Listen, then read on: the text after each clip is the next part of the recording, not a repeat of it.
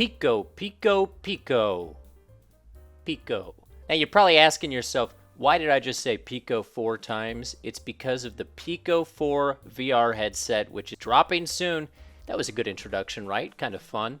Anyway, the reason I'm talking about the Pico 4 VR headset today is because a lot of people have been clickbaiting that it's going to be the big Oculus/Meta Quest 2 killer. And, I figured I'd get on the hype train. Jokes aside, I do want to check out what this headset's all about because I honestly haven't looked into it at all. I haven't done my research nor my due diligence. That's what we're doing here today, virtually.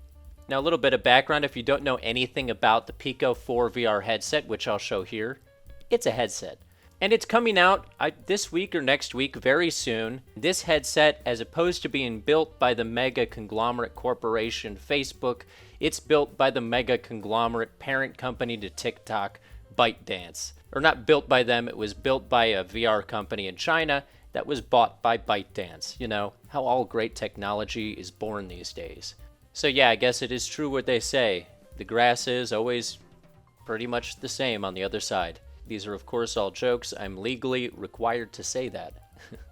The main things to know about this, though, is that the Pico 4 is a standalone headset that's priced slightly lower than the Quest 2 is now that they price bumped that baby. So honestly, it is going to be the only real standalone VR headset competitor to the Quest 2 with similar and slightly better specs. Now, if all of what I've just said is getting you a little excited and you live in the US, then get rid of that excitement. You can't buy it. It's not available to you. Not on their roadmap.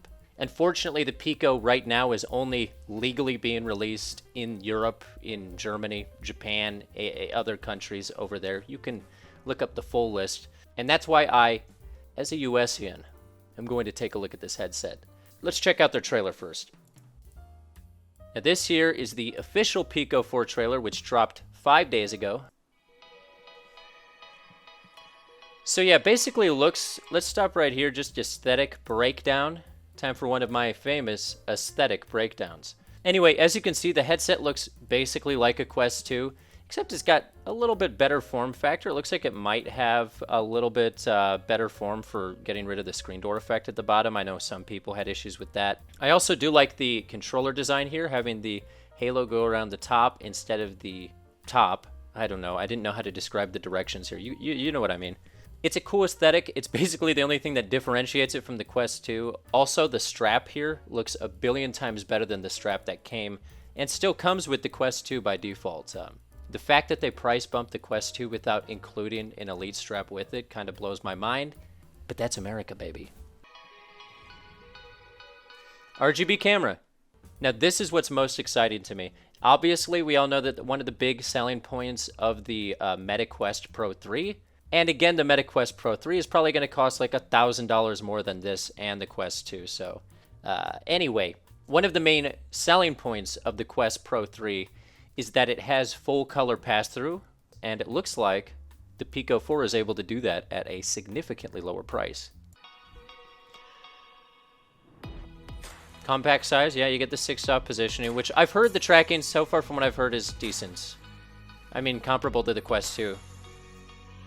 What's happening in the back there? What are we... This looks like one of those arthritis ads. This is where the pain is. I think those are battery packs, maybe? I will say it looks like it did take a note from like the Bobo head strap design with the little twist on the back here to tighten and loosen. But that strap looks clean. That's a clean strap, baby. Balanced weight design, I'll have to see that for myself. Stepless IPD, which is kind of a flex on Quest, because if you recall, with the Quest 2, I believe it had just the 3 different options for the IPD. So if your eyes didn't easily fit within one of the 3 options, you were kind of left with a subpar viewing experience, so that's cool. Snapdragon, baby! Snapdragon is in pretty much all of these headsets right now. We have games. Just like the games you can already play. Oh, they got their own sports center. So apparently they have built into the headset here a way of tracking your calories burned and all that in real time. That's sort of one of those fun features that I feel like 85 to 90% of users will forget exists and won't use, but it seems cool. I'll try it out. Heck, I'll give it a go. Oh. Now that's a good FOV. Good view, I mean, expected. 4K plus resolution with PPI 1200, saturation increased. Basically what it's saying here is that the colors are going to look slightly better than a Quest 2. Oh look, we have waifu avatar creators. That's good. If they didn't show you being able to customize an anime girl inside their app, then they're not a relevant tech company. I hate to break it to you. Yeah. So they have shooter games, that's good. Pico. Also, can we just say, that's a fun logo. So now that we've had an initial look at it from the trailer, I figured I'd take a look at the Road to VR article here so we can get the real juicy deets. Yep, so here's the real nitty-gritty breakdown for those tech nerds in the audience, like myself. And it's going to cost €430, which is slightly less than what the Quest 2 is priced at right now. $500 for the 256GB model, so keep that in mind, my Euro friends. Like I said, both headsets are using the Snapdragon XR2 processor, basically the main processor that almost all of these headsets are using right now if they're all-in-one headsets. Though, look at that, Pico 4 is coming in with a little bit more RAM. And you know what they say, the more RAM, the better, or something else about RAM. It's also slightly more compact, and the thing that I honestly think sets the Pico 4 apart from the Quest 2 the most is the higher resolution. So you get a bit of a higher resolution, which honestly in VR, in my opinion, makes all the difference. Also, higher FOV. You know what they say about FOV. It's a field of view. Now, the other killer with the Pico 4 is that it does not have aux output, so, you know, if you're an audiophile, I don't know, research that. And if you want to know when it's dropping in October. So basically in like 2 weeks, on October 18th is the actual day. And again, if you're not in a European country, Japan or Korea or Singapore and Malaysia, I guess, then, you know, you're out of luck. Stick to the Quest. Keep giving your data away to the American companies for now. Well, you'll get options eventually.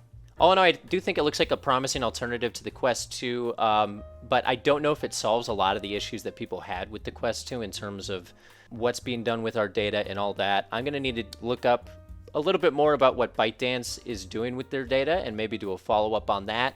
Drop your thoughts in the comment, though. What do you think about the Pico x4? Do you think it's going to be the Quest 2 killer for specific European users or not? I myself, I sit on the fence.